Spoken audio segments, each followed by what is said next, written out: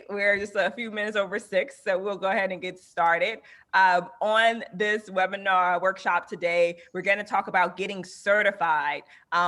Often we have focused on the DBE certification, but today I really wanted to speak to other certifications that we mentioned here and there and have mentioned on our previous webinars, including the 8A certification, the Women-Owned Small Business certification, and even HUBzone certifications.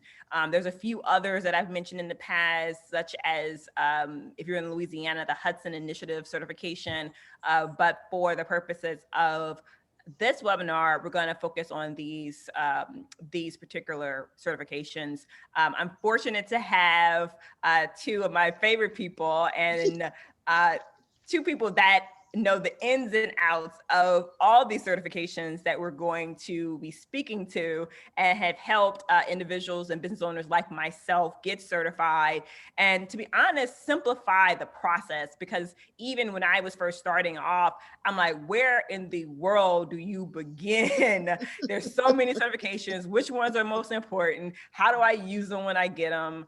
How do I even get them to begin with, and why are they important? And so having both of them on this webinar call is great, and I'm happy that you all have the opportunity to engage with us and ask questions. Again, feel free to ask questions as we go along here. And so I'll actually start off with Kenyatta. Kenyatta provided a great presentation to me about DBE certifications, and so we're going to walk through that, and then I'm going to ask him questions throughout. Although I feel like you give great explanations throughout. Both Kenyatta and Ms. Joanne give like great explanations throughout, but we're going to ask them additional questions from the perspective of like the business owner, things that we think about, and questions that we often think about. So I'm going to stop sharing, and then I'm going to reshare this slide with everyone. And I'm going to pull up. Keep me on task now. You know how I get. I'm from that city. I'll get long-winded on y'all now. We don't mind.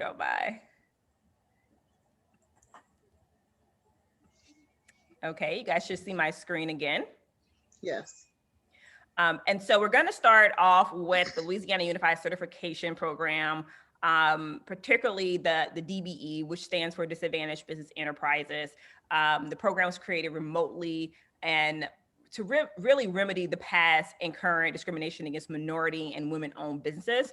And when we think about a lot of these certifications, that is the reason initially that they were not only presented, but created and have been mandated by many offices, one being the U.S. Department of Transportation, one being in Louisiana in 2003, the Louisiana Unified Certification Program was created. And so Kenyatta, can you tell us a little bit about just the creation of the certification program and why they were unified? Well, again, across the country, man, when every Department of Transportation that has a DBE program had to develop that unified. So they took all of the agencies that's under transportation. So, and we may be talking about a little bit more on the further slide, but you have DOTD here in Louisiana. Great. That's exactly what I was about to point out. There's, there's DOTD, which represents the Federal Highway Administration. So again, they underneath this transportation umbrella. So you have DOTD that represents Federal Highway Administration, the Louis Armstrong Airport that represents Federal Aviation Administration, and then the Regional Transit Authority in New Orleans that represents Federal Transit Authority. So they all need that transportation. So any projects that they have, mainly within the construction, and it could be, most of the time it's going to be more horizontal than vertical projects. But what they're saying is once you get certified by one agency, you're going to be accepted by all three to go toward a goal. Obviously, if you are the lowest bidder on that particular line item that you're bidding on. But again, these are the certifying agencies. DOTD is the governing agency, so they will certify statewide. But they tend to lead the firms who may submit their application to them. They tend to lead that back to the New Orleans agencies, such as Louis Armstrong Airport and RTA. So Once you get certified by one, again, you're going to be accepted by all three. And the great thing about it, a few years ago, they started a reciprocity program with the City of New Orleans state and local DBE program. So now you can be utilized toward their projects as well. The only difference is if you want to be listed in their database for state and local DBE in New Orleans, then you would have to go through the application process. I'm gonna be honest with you, that process is a little bit more than the federal DBE because they really look at the individual more than they look at just the structure of the business. And sometimes that's challenging when they're saying, Yes, okay, for is this sure. person really socially disadvantaged? I mean, they go all the way back to your background of where you went to school, for as elementary school, junior high, and high school, and they really look at how well off was your family. So there's a lot more details involved. So once they started the reciprocity, obviously I always encourage people, man, look, if you're DB certified, take advantage of that. So Yep. that And but one thing also, to add there, Kenyatta, is in New Orleans. So I actually got DBE certified in New Orleans as well. And because the process is a little bit harder, as Kenyatta mentioned, than the national DBE, what we're talking about here, they'll actually give you a temporary DBE certification that you can use for a few months, which is what we did. So we got temporarily certified because we wouldn't have got the certification that we needed in time right. because the process was so much longer. So that's also something that people may not be aware of, that you can, based on some basic information, you can get temporarily certified in New Orleans until you go through the entire process.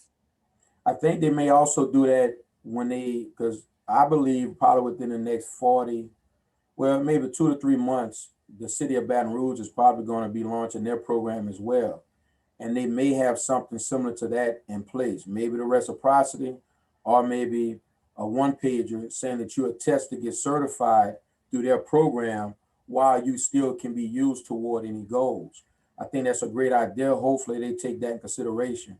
But yeah, you're absolutely correct. Yeah. And so we talk about DBE participation. Um, Obviously, only firms that are certified can be counted towards DBE goals for projects requiring DBE participation.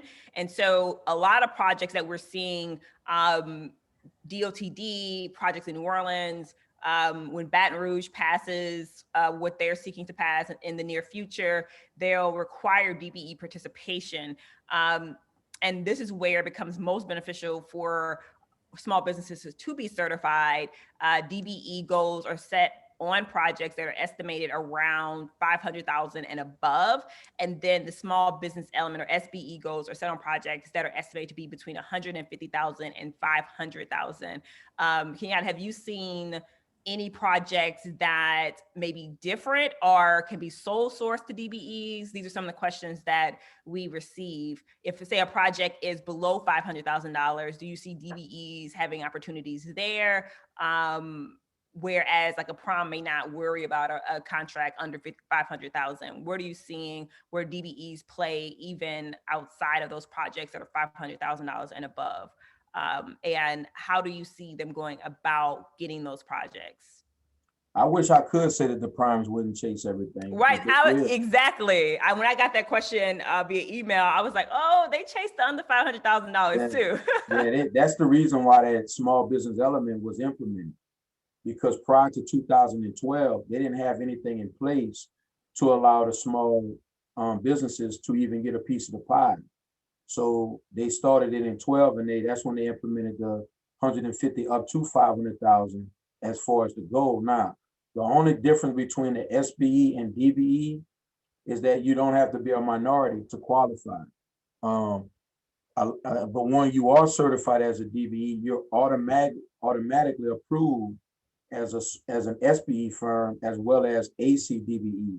So when you talk about the opportunity aspect, I've been hearing a little rumbles that this DBE program may become mandatory. So instead of us using the verbiage set aside, they may still use DBE, but it's going to be mandatory now that goal is met.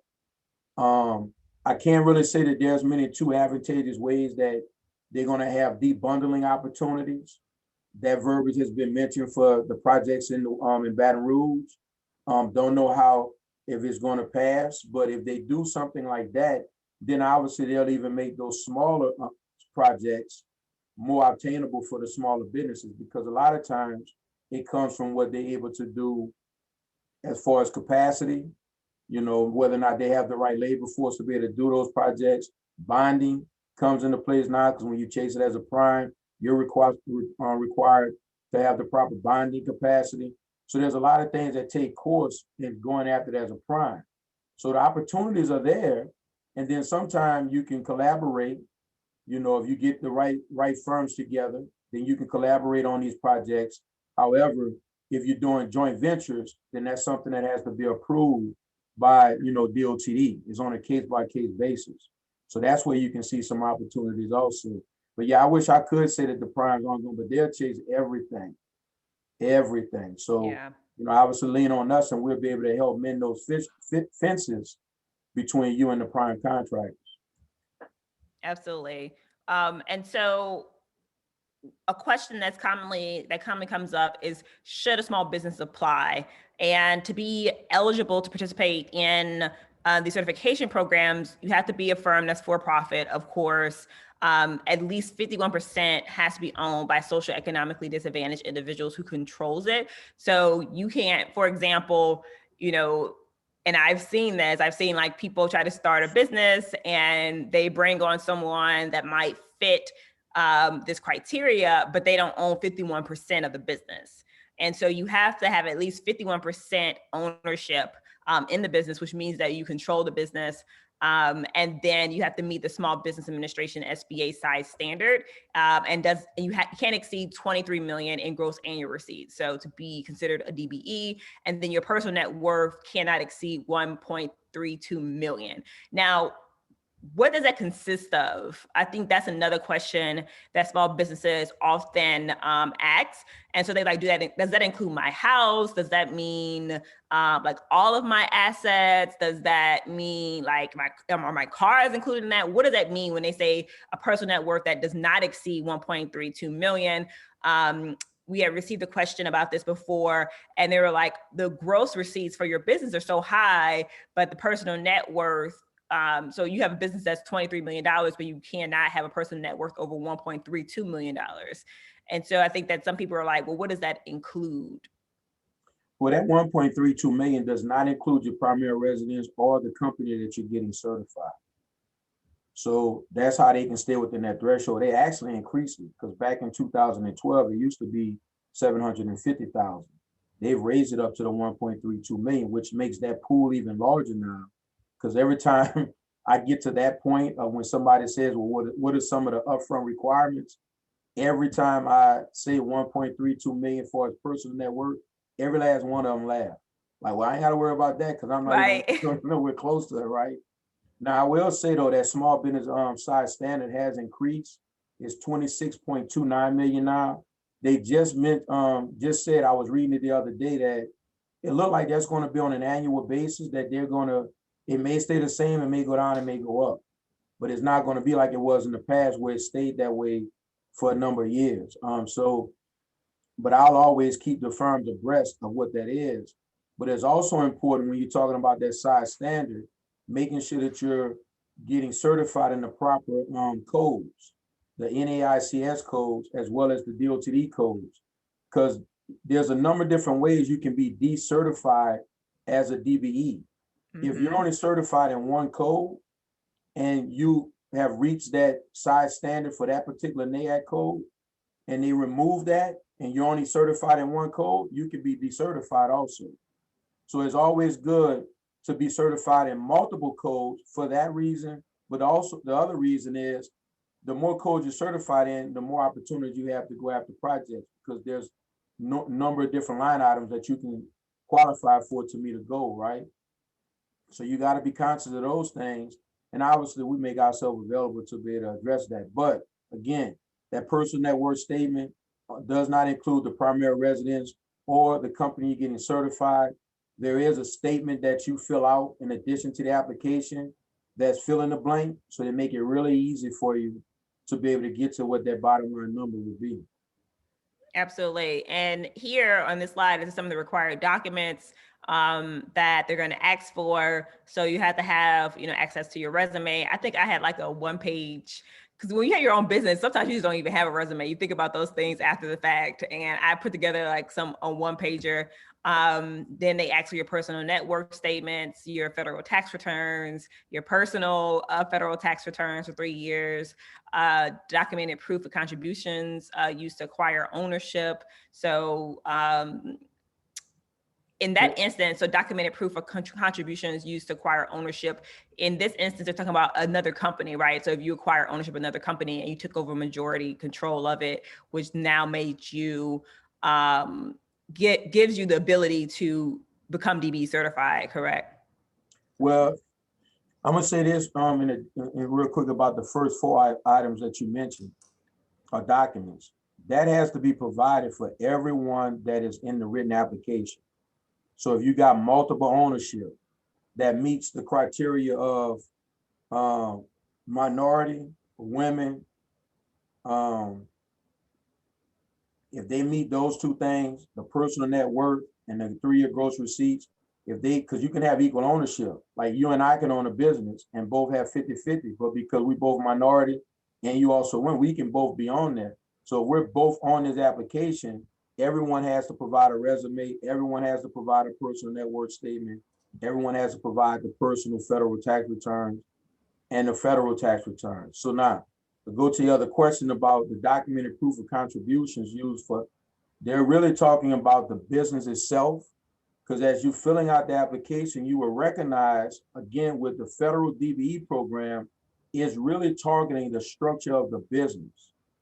Because with the burden is on the certifying agency, whether that's DOTD, the Louis Armstrong Airport, or RTA, to make sure that this is not being developed as a fraudulent front business. So when they're looking at the structure of it, when they ask for that question, they want to make sure, where did these funds come from for you to start the business? Did it come from a relationship you had with a prime contractor who may be fronting you the funds to start this business, so now they can use you as a pass-through, right? But the other way you got to be careful with this, when you have, and I can only say it this way because it's the only way it's going to make sense. If you have a white woman-owned business and it's a community property state, but she used funds from a joint account and the husband does not get anything renouncing his ownership of that business, even though the funds came from a joint account, on paper, it can look as if he has ownership. And she doesn't have that 51%. It can be it's 50-50, right? Even if your partner, so let's say if it's a white woman-owned business and her partner is 49% ownership and he's a white male, and they put up the same dollar amount to start the business and they sign the same loan agreements to start the business. Well, on paper, that's 50-50. You see, so they're going to say that's not a woman-owned business from that criteria. So they got to be very conscious of, when they're talking about contributions to start the business, on paper, they're saying that, nah, this person has really 50% ownership. They put up the same amount of money and they got the same loan agreement signed for that business. So that's why even when you see signed loan and security agreements, they're looking to make sure they understand the true structure of this business.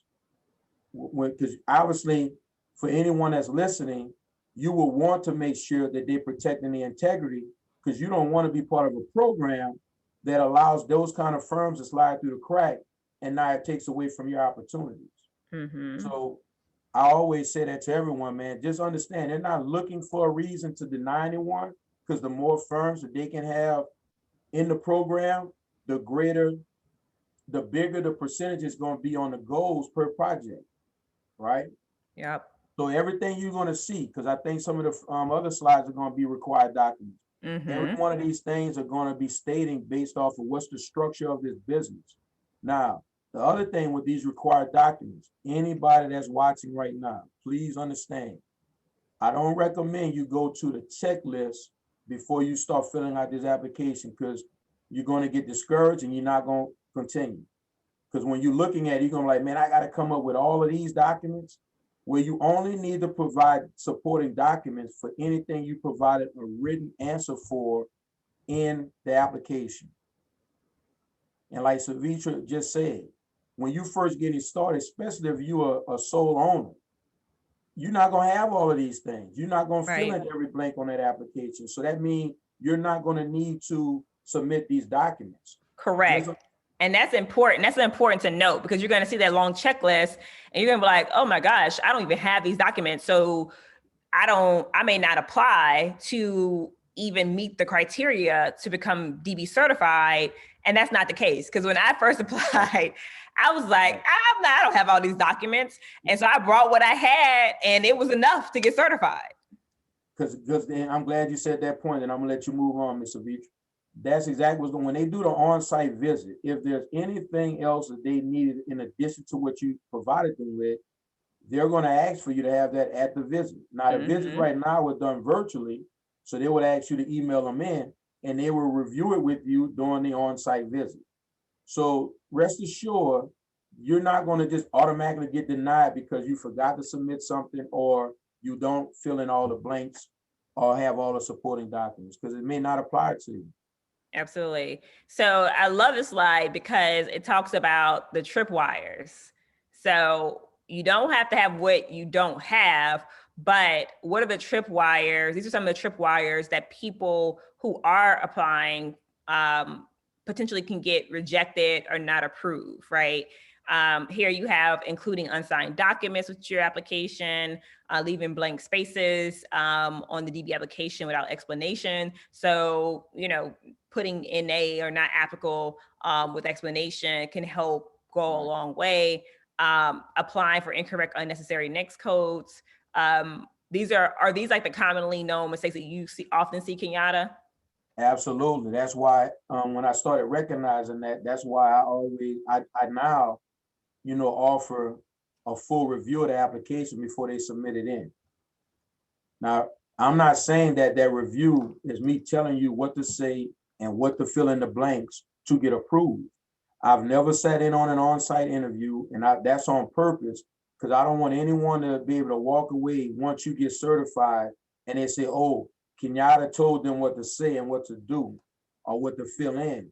There's no magical scientific formula. I just go through the application and do just what Sevetri just said, making sure there's no blanks, asking you, okay, what do you mean by this? Because when I ask you that question, you'll be able to understand the answer even better, but it'll also allow you to know how to answer during the on-site interview. It's not me changing your words. It's just really making you feel confident about the application prior to submitting it and comfortable talking about the application so that you don't feel overwhelmed when you feel like you're about to get interrogated. It's your business. You're the best person that's going to be able to answer those questions, and to just be calm about it, because they're not, once again, looking for red flags unless you give it to them because you put wrong information or fraudulent information. So as you can see in these tripwires, it was really some of the points that I was talking about without us even being on this particular slide. That is what's common. As you can see right there when they say no proof of spousal renunciation. I had a firm that was already certified here, and they attempted to get their interstate DB in another state. And when they saw that the funds came from a joint checking account, they lost their certification. Yep. So it's definitely like those little tripwires and those little, you think that, oh, well, it won't matter. And next thing you know, they come back. And next thing you know, you lose your certification. So it definitely does matter. And one of the key things that Kenyatta talks about is like suggestions for applicants. But another thing is that, again, if you need help getting DB certified, he can actually help you through the process and through the certification process for your small business. So a lot of things we're talking about, like really walking you through like step by step. Now, if for whatever reason you don't do something, you can't be like, oh, well, Kenyatta said, you're like, no, I said that these are the things, these are my suggestions. And these are the tripwires that people get trapped into. And we talked about, usually there's on-site interviews. Now, a lot of those things are being done virtually. Have you seen like the DBE certifications change because of the virtual space in any way? Or are they pretty much running the same process? Yeah, all of that is still the same. The only thing that they will do is that once they contact them to schedule it, they're all going to ask for some form of identification to make sure that that is the applicant that they're interviewing. But that everything else is pretty much the same as far as the flow. Again, I've never sat in on one, but I've never had any of the anyone at compliance have told me that anything has changed. The time frame has changed a little bit more because it used to be around 4 to 6 weeks. It's more around 6 to 8 weeks for the process now because they're all doing it virtually. They're getting a little bit more information, but also you got to remember it was for about a 5 or 6 month window. They weren't doing anything. Right. But the applications were still being submitted in, but they weren't able to do any on-sites. Yes. Because they wasn't properly set up yet to do the virtual, because it's not, and when I said that way, let me make sure I say it right, not because of DOTD, they had to get permission first from Federal Highway to start doing the on-site interviews. And that's a process, right? So obviously, all this information that we've gone over now, anybody that's on here that's not already certified, we'll have the attendance sheet. I'll be able to send all this information to you, go into a lot more details, because we're going to respect your time, because Ms. Joe got a lot of great information. Yes, so we're about to go over to Ms. Joe. So I'll be able to get all that to you all. We'll send this and follow up with you all. But while I'm changing over to Ms. Joe, if you have any questions specifically for the DBE certification, now would be a good time to ask while I'm switching over. So one question is, are there any requirements to be in business for 3 years before you can get certified and bid on contracts, Kenyatta? No, as far as certification, man, you can go to Secretary of State and start your business and leave straight from there and submit your application. There is no window that you have to be in business first. And even when you pertain to bids, I mean, unless there's something in the bid laws that I'm not aware of, I don't know of anything saying you got to be in business for 3 years before you can bid on the project. Now, what you may face is that you haven't been in business for 3 years, because you got to build business relationships. So what you may face is the doors may not be open for you as readily as you would want them to be, because again, business relationships are developed. So that might be some challenge that you may face, but we here at Supportive Services to fill in the gap. We help mend those fences, those relationships, get those together faster, so you can, get off to a much quicker start, but that's why I always encourage. One of the things you said, Ms. Sevetri, about being certified, yes, leveraging yourself for project opportunities is great. However, the most upfront tangible benefit of being certified as a DBE is the free assistance we provide immediately once you're approved. And we fill in all those areas that either you don't know about or you didn't have the funds to pay someone to do it for you. So in other words, I'm gonna end with this. I literally work for you. You just don't pay me. Hey, that's not too bad. I like that. Well, thank you, Kenyatta. I appreciate it. And as always, everyone, if you are not DBE certified and you're interested in going through the process, you can reach out to Kenyatta. I'll have Jay drop his email, or Kenyatta, if you want to drop your email address in the chat, please do so. Up next, I have Ms. Joanne Lawrence, who I've had the pleasure of knowing for years, my earliest starting a business journey. I was actually introduced to her by Mr. John Matthews, who used to be over at Louisiana Economic Development, who is now retired.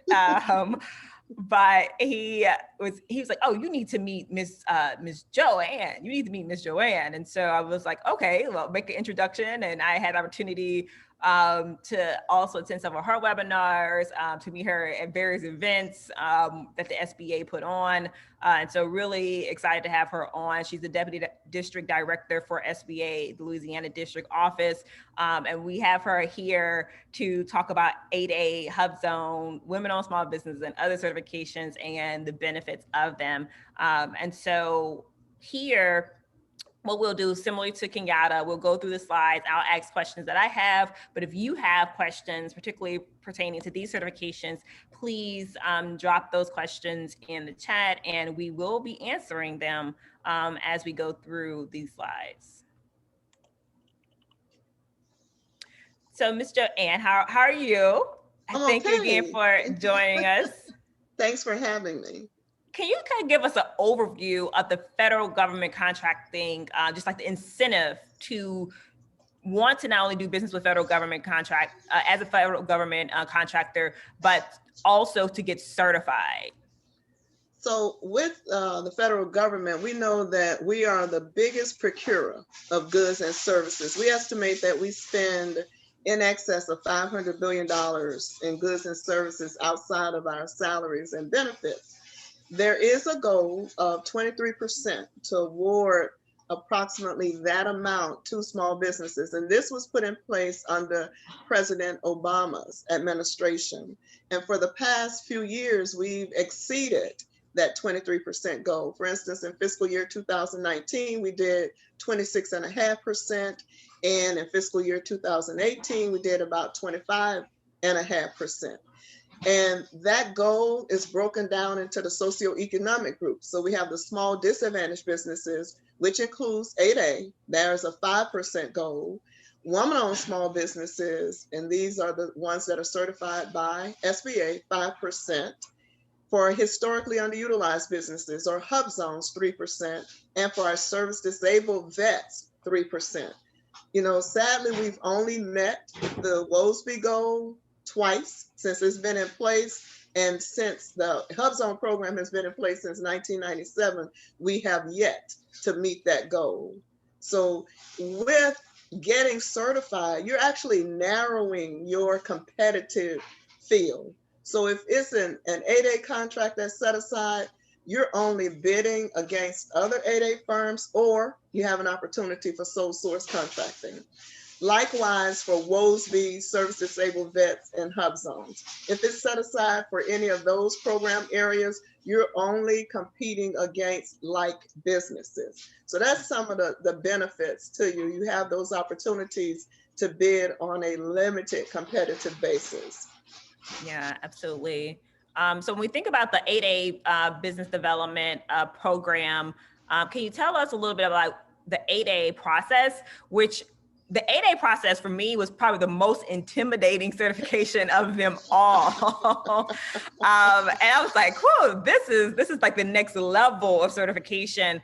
Can you explain a little bit about the 8A business development program and how SBA helps small businesses, but also why it is important and some of the rules around 8A? Because I think that that's something that you hear small business owners saying, don't get 8A certified until you're really ready. What are your thoughts about that? And when do you become really ready? What does that mean? So I do agree with that part about don't apply until you're ready, because your 9 years start with the date of certification, and you want to be in a position to hit the ground running, basically start performing on the contracts. Now, even though there is a contracting component associated with 8A, our primary focus is on business development. We want to work with those businesses to put them in a position so that they can successfully compete. And of course, one of the ways would be if we're able to award contracts to them on a sole source basis where they're not competing against anyone. We're going to select one firm. That firm will prepare a proposal and negotiate a fair and reasonable price with the government. Now, as it relates to the process being intimidating, of course, I think it's gotten a little better over the years, but it's easy for me to say. But it's a complete electronic process. And likewise, with what something Kenyatta said, is that we want to make sure that those firms who are certified are actually eligible to participate in the program. So we're looking at the social and economic status of those firms, and we look at named groups, okay? So which includes the Black Americans, Hispanic Americans, Native Americans, Asian Pacific Americans, and subcontinent Asian Americans. So you have to be in business for 2 years, and you have to be a US citizen. And those socially and economically disadvantaged individuals who are using their eligibility must own the company and control it and be in charge of the day-to-day management, and they cannot have outside employment. So this program is a little bit more restrictive. So you may ask, why the 2-year rule? Why do we have to be in business for 2 years? SBA has to certify that those firms that we're recommending for those contracts are competent to perform. We're saying we're competent to perform, SBA, and in essence, we're certifying that you are. So we want you to have a track record of performing on contracts, not necessarily federal contracts, but just contracts in general. Yes, and that's important to note, because just remember, with the DBE certification, there's no 2-year rule, but with the 8A certification, there is a 2-year rule. The personal net worth can't exceed $750,000. It's a little bit more with DBE certification. And then also the gross income may not exceed $350,000, and your total assets can't exceed $6 million. And the one thing that resonates with a lot of business owners is that 9-year period. So when you get certified, the clock starts ticking and you have 9 years to be eligible for the program. And so I always think about that when I think about the 8A certification, like, am I using it? Now this next slide talks about the program benefits. Can you kind of walk us through the program benefits? One of the great reasons why people want to get 8A certified is because I've literally seen 8A certified businesses go from super small companies to very large companies. Yes. So with one of the biggest benefits, of course, is that you get to work with a business opportunity specialist for 9 years, who's going to work with you in your growth and development. That's not so with any of the other certification programs. And within the 8A program, we can award sole source contracts for services, construction, and supplies up to $4.5 million.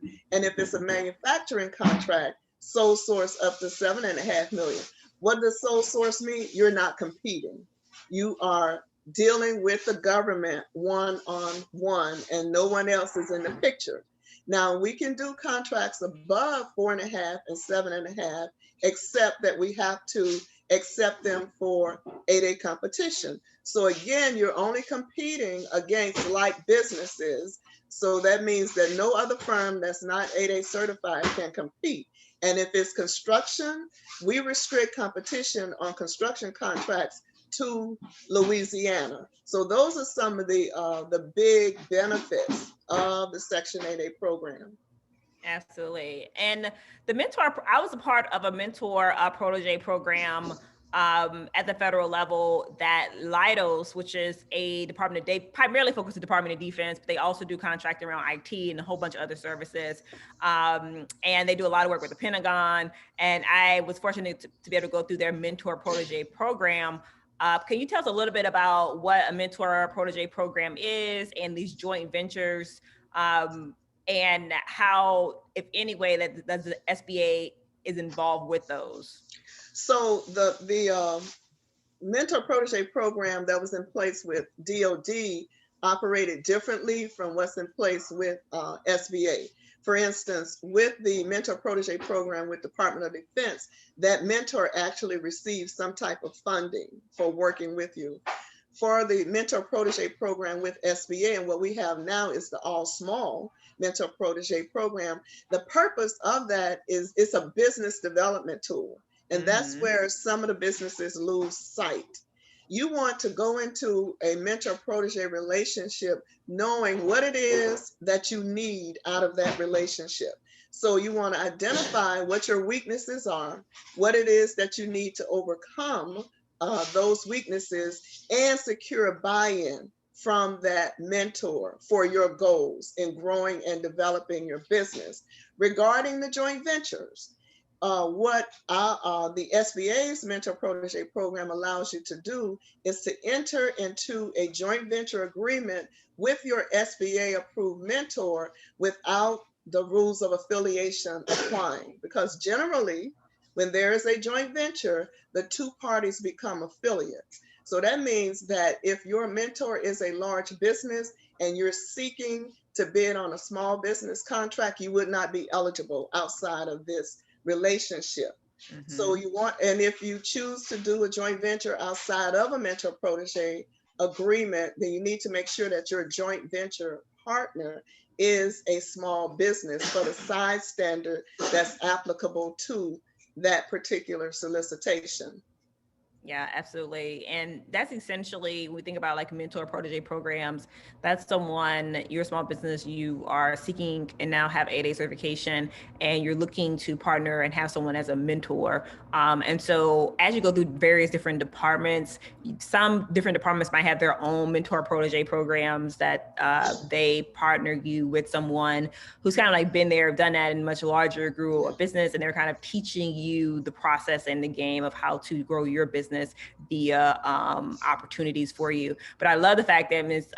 Joe said specifically, you have to come in knowing what you want, because otherwise you're gonna be like, oh, this program wasn't even beneficial to me. It's like, yeah, because you didn't have direct needs, direct ask requests, and you didn't get from it because you didn't put in, enough effort around understanding what your needs were. So I love like that part about it, because I think that with SBA, with SJB, with a lot of these programs, LED, they're offering a lot of these programs to small businesses to help you like grow, but you really only get out what you put into them as well. Yes. Yeah. And you want to make sure that you're the one that's identifying the mentor and that they're not identifying you. Because generally when it's that reverse, sometimes they're just looking to exploit you. And once your 8A certification expires, then they go look for somebody else. Someone else that has 8A certification. So make sure you have clearly defined goals. Yes. So next we're talking about the HUBzone contracting program. And I remember when I first heard of the HUBzone, this was after Hurricane Katrina, and I think they had like expanded some of the areas. And I didn't even realize I was in a HUBzone until I was partnering with someone, and they were like, oh, what is your address? They looked my address up, and surely enough, I was in a HUBzone, and they were like, this is gold. Like, this is gold. They were like, oh, this is perfect.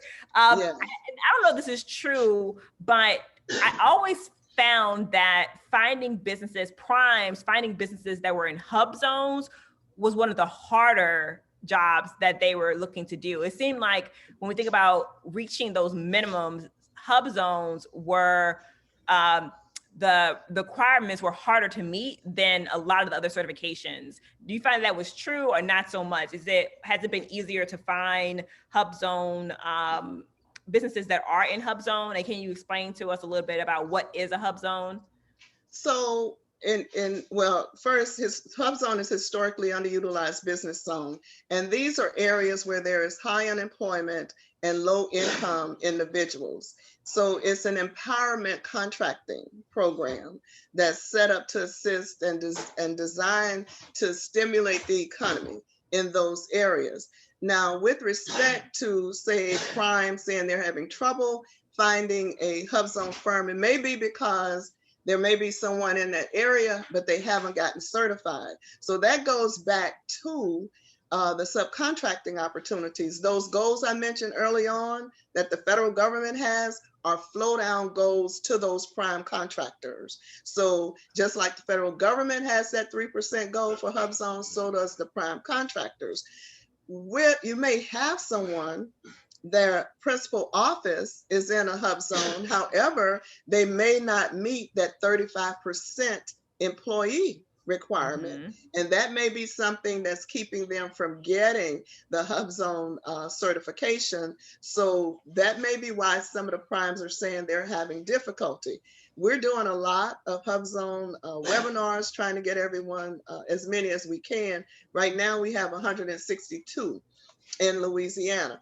Now, the difference between the HUBzone program and all of the other program applications is that you have to complete this application in one sitting. You cannot save it and come back to it. And sometimes that can be discouraging to someone to start it and they don't finish it, and then they find that they have to start all over again. Yeah. And for the HUBzone, do you have to have and this is the destination slide, you know, they're located all across the US. A friend of mine, she's HUBzone certified in DC, a little area outside of DC. And so you can find them anywhere really, even qualified Indian reservations, qualified disaster areas, which is why I think when you think about after Katrina or any other major disasters, they'll identify areas and designate them HUBzones as well. And so for the certification eligibility for HUBzone certified businesses, there is no limit of time period you have to have been in business. Is that That's an accurate correct. statement? Yeah, the 8A program is the only program that has a length of time in business because it's a business development program and the certification that we have to make. But for the HUBzone program, the principal office has to be in a HUBzone, and the principal office is where the greatest number of employees work. It has to be 51% owned and controlled by US citizens, and at least 35% of their employees must reside in a HUBzone. So this program is race and gender neutral. So it makes it a little bit easier to qualify for this program.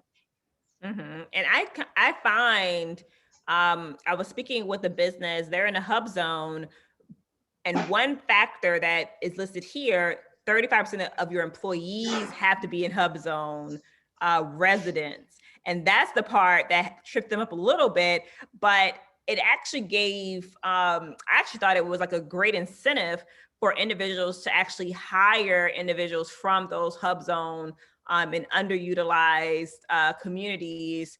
And, you know, that's great for hiring in general, but they particularly began to check and see if which candidates were coming from HUBzone residents, and they began to like recruit in like those areas, because you have to have at least 35% of employees. And then is it accurate that you have to maintain 35%? You can't just like start off, become certified, and then you drop down to 10%.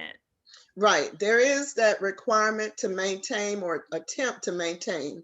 However, in 2020, we adjusted that. You still have to have the 35% and attempt to maintain that 35%. But of course, the goal of this program is for you to be successful in winning contracts. And when you win contracts, you got to hire folk. Okay. So what we're allowing under the new regulations is if you're able to demonstrate that you attempted to maintain that 35%. However, because you had to hire new employees, you fell below that 35%, you can still maintain your HUBzone certification, even if it falls as low as 20%. That's so a great it is. It is. I'm noting that down because it's such a new change. And literally an individual who I was speaking to, I actually don't think they know that they can still, because sometimes as you grow, it becomes harder to try to maintain it, even if you're trying to. So that's a great thing to note, that to get certified, you have to have that percentage, but as you grow, you're trying to maintain a percentage, but if you don't, you won't have your certification revoked, specifically because of that. And so some of the benefits of the HUBzone is, again, the sole source and competitive contracts, set aside contracts, the 3% federal contracting goal, and being able to directly have that percentage like set aside for HUBzones. How is the application process for the HUBzone certification, particularly because we talked about the DBE certification, we talked about the 8A certification. What is the process like for the HUBzone application?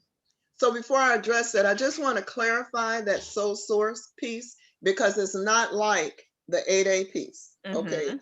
An 8A firm can go in and visit with an agency, and that agency can say, okay, I want to use you, and offer that contract for sole source contracting. Not so for HUBzone.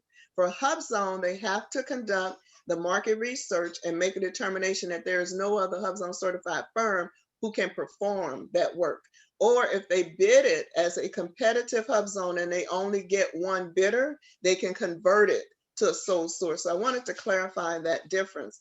And with that Thank price you. evaluation preference, what that means is that if it's a open competitive contract, meaning it's not set aside for any socioeconomic programs or small business programs, if a HUBzone certified firm bids on that contract and the successful offerer is a large business, one that's other than small, and if that HUBzone firm is within 10% of that large business's bid, the contract will be awarded to them.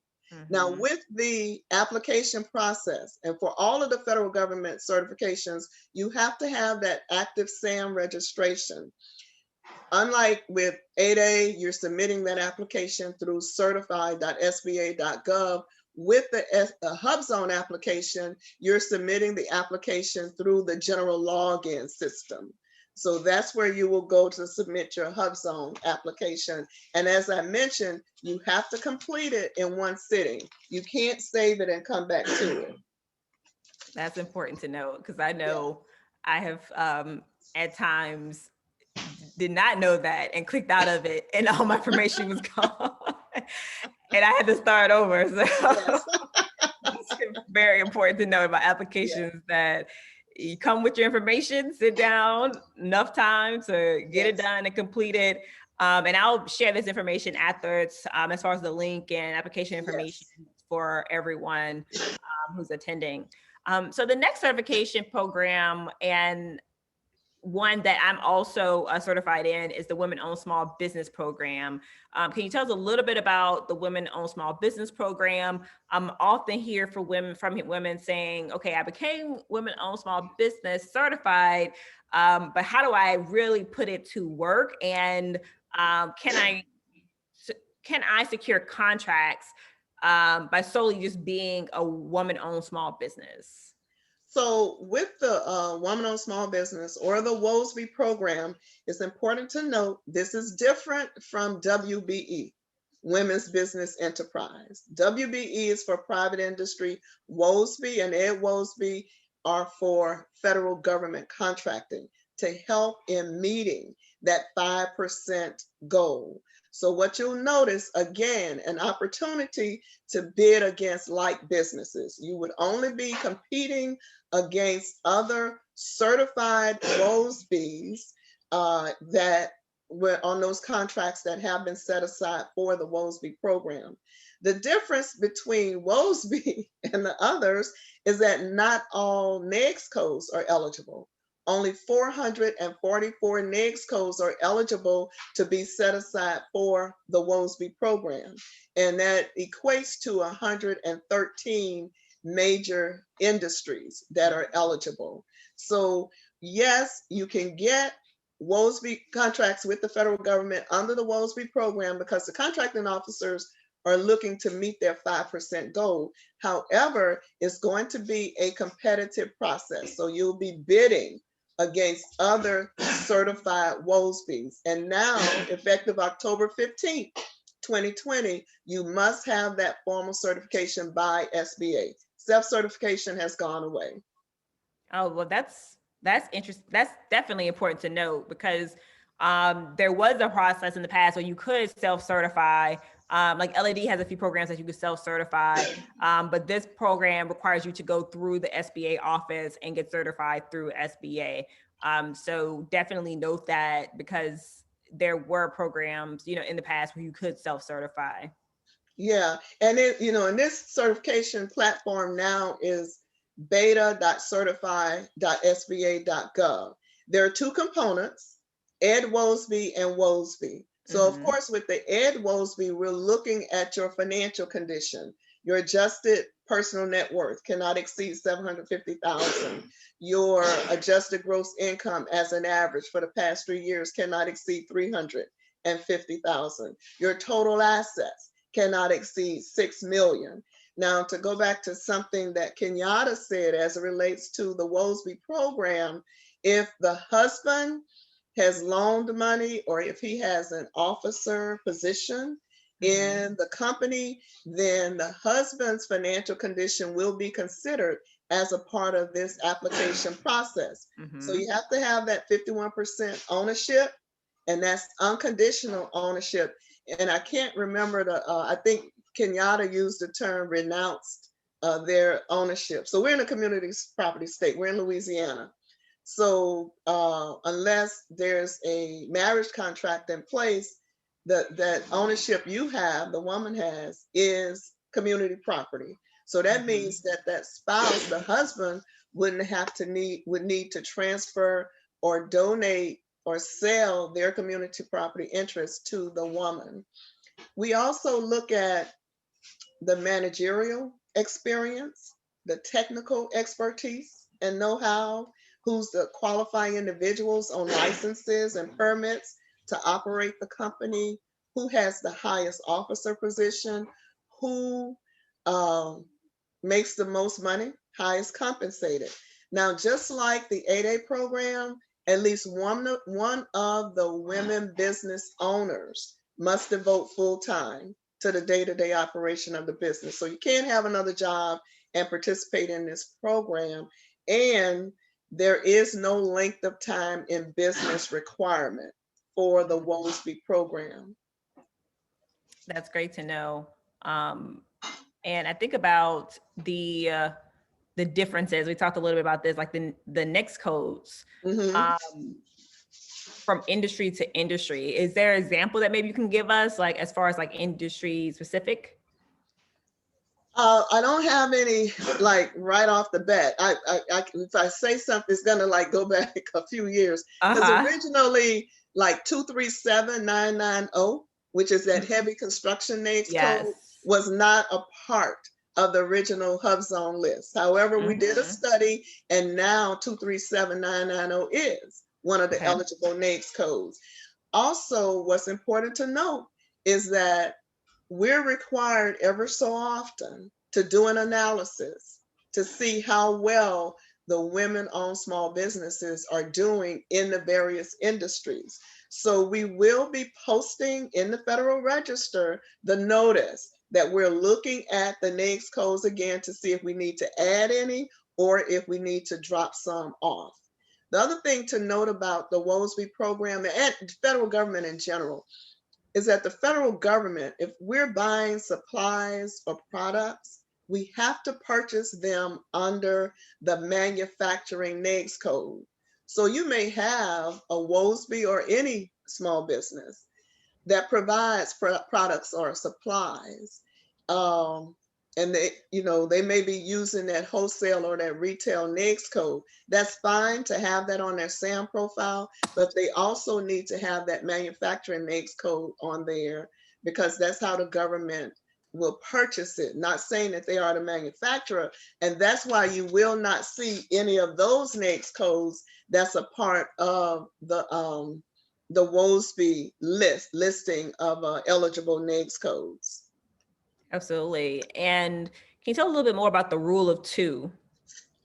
The rule of two means that in order for the government to set a contract aside for WOSB or Ed WOSB, that contracting officer has to have a reasonable likelihood that there are at least 2 eligible WOSBs who have been certified by SBA who could reasonably be expected to submit an offer on that contract and submit it at a fair and reasonable price. So they'll use SAM, but more than likely, they'll use the dynamic small business search database because it allows them to search by either keywords or the NAICS code.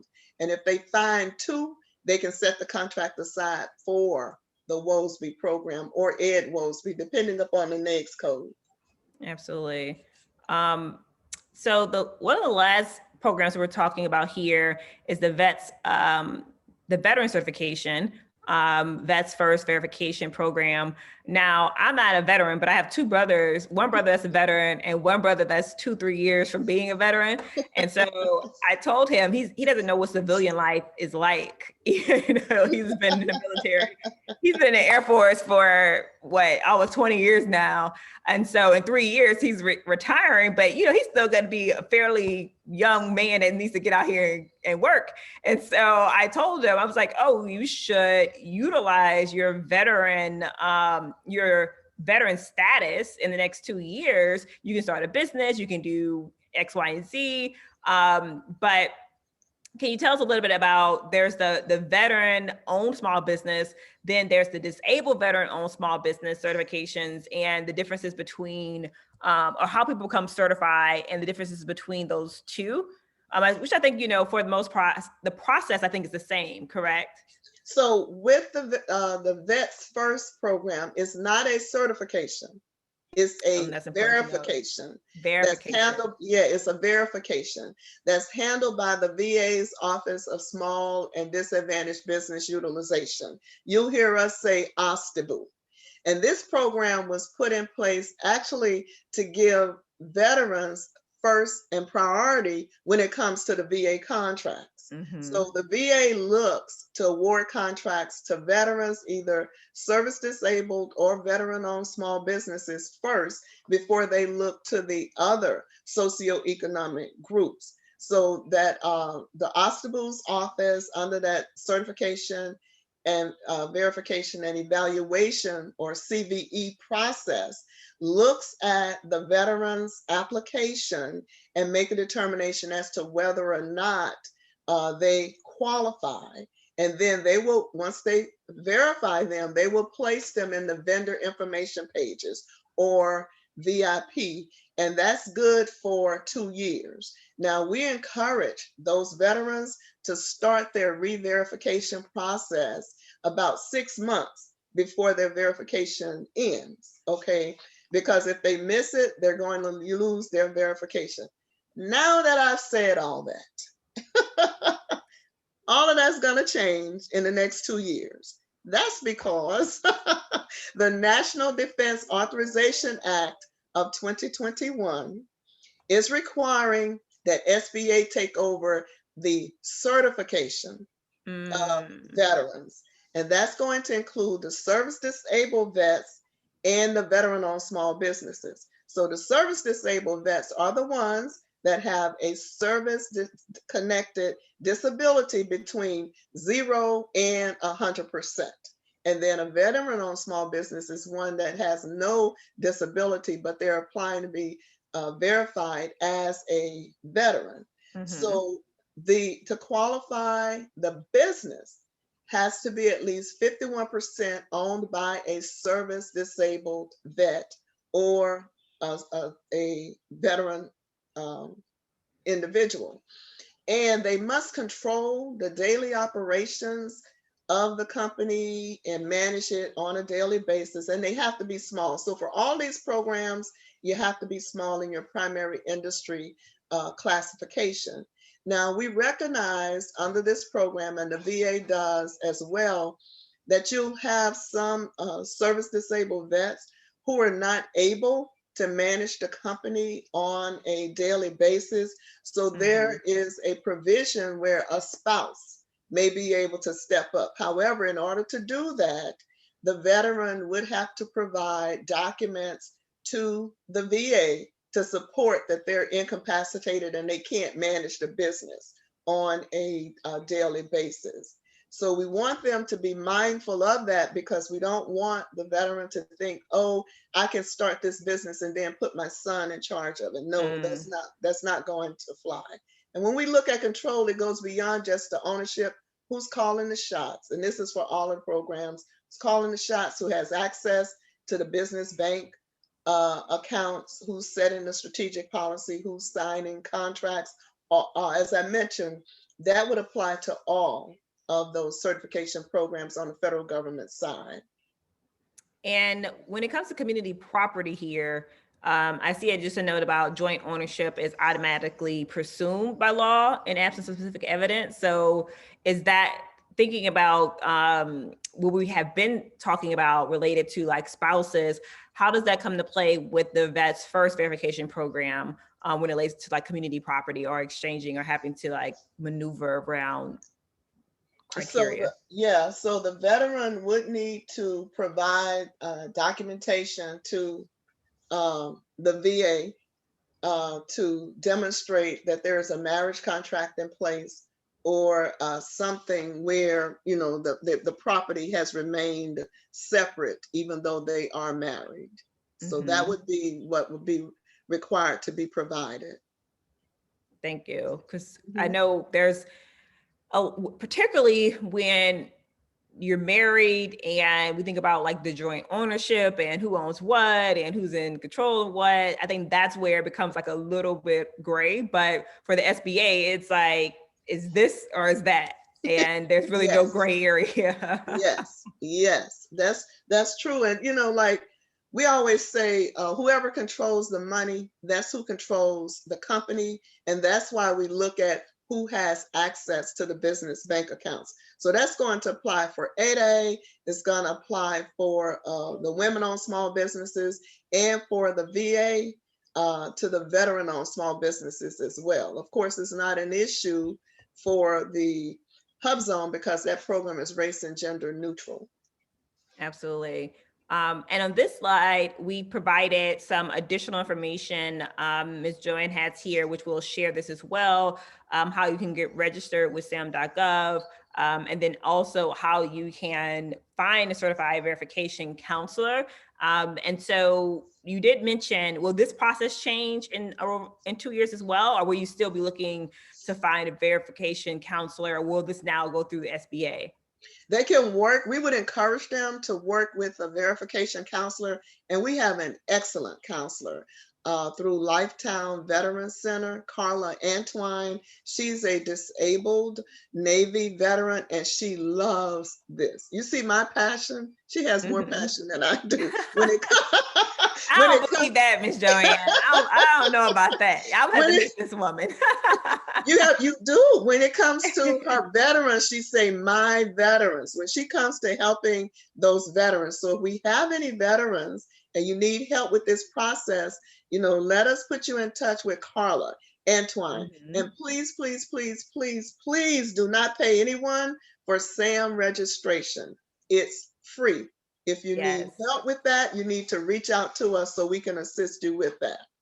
You know, that's very important, because sometimes when I type in sam.gov or EIN, you have some company that's trying to charge you to do this information and work. Just know that everything we've talked about, you can go to the SBA, you can go to SJB. So when you're typing information and you're prompted to have to like pay for something, I would definitely give a lot of pause to that.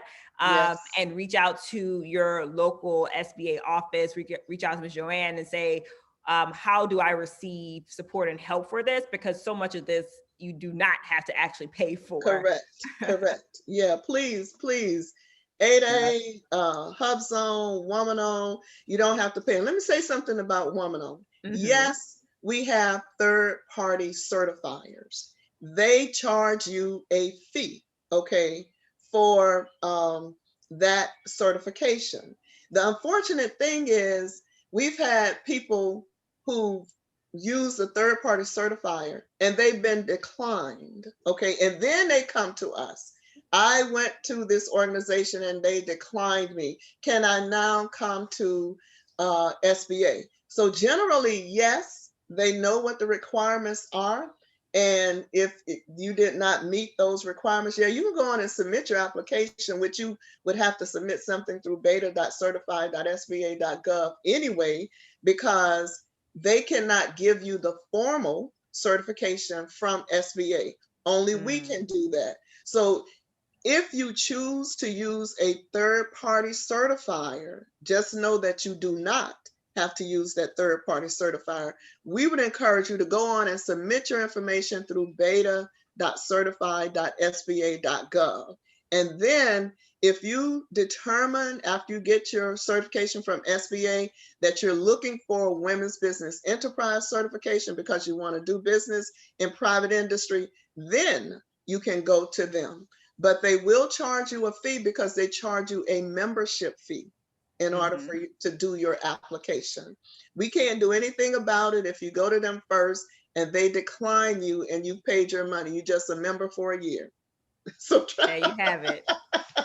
So I came back to the top so that you would have Ms. Joanne's information. So she provided her email address here, joe.lawrence3@sba.gov, as well as her office number. And because she loves you guys so much and this work, she even provided her cell number on here. So you know she is about this work. And so I want to stop sharing here and just take a few minutes to answer any questions that you all may have. We definitely have a few questions here. For the 8A Business Development Program, do you have to win contracts first before applying? Also, what if you're awarded the 8A but obtain outside employment some years later while also managing your company? Are you removed from the program? That's actually a really good question. Okay, so first, with winning contracts, you will need to be able to support a track record of performing on contracts, be it private industry, residential, commercial, or the federal government. So we do want to see that you've successfully performed on contracts. Now, if you get certified, and this is something that has changed and we've relaxed a little bit, if you get certified and you're not getting any 8A contracts or you're struggling to continue to get work, there is a provision now where you can request outside employment to work outside of the company. You have to give us a duration, so it cannot be in perpetuity. So it may be that you need to do it for 6 months or a year or something like that, but you need to get formal approval from SBA. You submit it to the district office, but only our associate administrator can approve that. We've had people who said, well, Ms. Joe approved that, Ms. Joanne approved that, Ms. Lawrence approved. No, I did not, because I don't have the authority. Only our associate administrator can approve it, but you start with us. Here, another question is, how do we prove that we have performed on contracts? Do you get a letter of recommendation? No, they will provide a listing of those contracts with the NAICS code and the amount. So it'll be a listing of the contract, you know, the type of contract it was, who the customer was, and the NAICS code for that contract and the amount of that contract. Thank you. What if the founder owner of the business has over 20 years experience before they start the company? Can you take like previous experience, maybe working with other businesses and transfer that over or present that for certifications? So I'm guessing that they're speaking in terms of that potential for success requirement or the 2-year rule.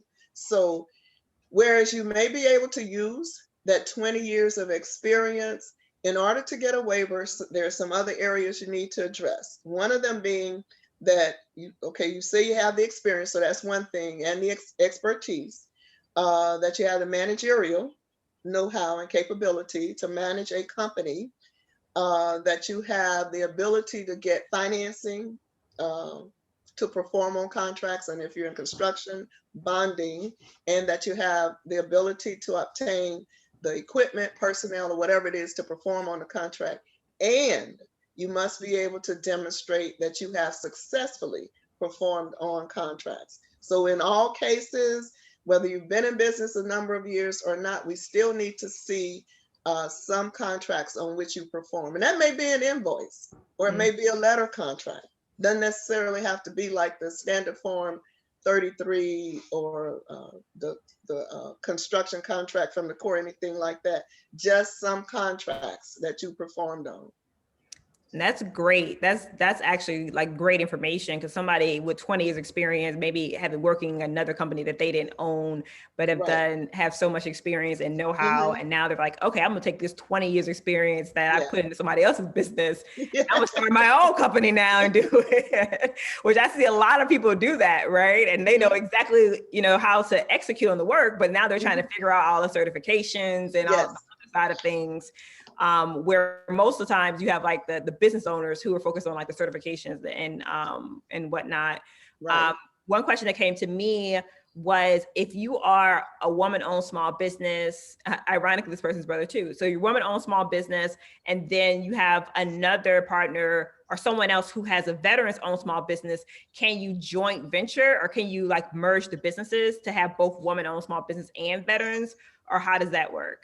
It's not going to work because one has to have the 51% ownership to meet whatever that certification is that you're seeking. So if you're seeking woman owned, the woman has to own 51%. If you're seeking veteran, the veteran has to own 51%. The only way you can have both is if the woman is the woman and a veteran. There we go. Although I guess if you're going to JV or something, you got to decide which route you want to go and who. Correct. Which one will be the lead venture? So if it's a veteran-owned small business set aside, if you're going to do a joint venture, then the veteran has to be the lead venturer, have the 51% ownership in the joint venture entity. Absolutely. And Donnie, Kenyatta answers this question. He asks, are there common DBE opportunities for real estate brokers? Which Kenyatta pointed them to opportunities like the fair share programs, design build projects. Prudential actually just started an opportunity specifically to try to get more properties, more deals into the hands of DBE, particularly Black real estate developers through their program. And New Orleans is actually one of the cities. So also check out like Prudential, because they have a program specifically designed around disadvantaged business owners who are in the real estate space. And New Orleans is one of their cities, I know for a fact. I think it's New Orleans, Detroit, Atlanta, and Newark, New Jersey. So definitely check that out. So I think that's all the questions we had. Would love any final words for you, Ms. Joanne, and then any final words for you, Kenyatta, and we'll let you all get back to your evenings. And thank you all again for joining us. We'll be back. You have to stay tuned to all of our emails that we send out, because we're always trying to bring on, introduce new people. Actually, we have one more question. Okay. Can a veteran-owned small business be a part of a service-disabled veterans-owned small business? I mean, you can be a part of a service-disabled veteran-owned small business. Again, however, if the contract is set aside for the service-disabled veteran-owned small business, then that's what it is. Then it will have to be that service-disabled vet has the majority ownership in the company and have the control. So that would be the way to go, because a service-disabled vet would be able to bid on those set aside for service-disabled vet and veteran-owned. However, a veteran-owned can only bid on just the veteran-owned deals. Yeah. Sounds great. So any final words?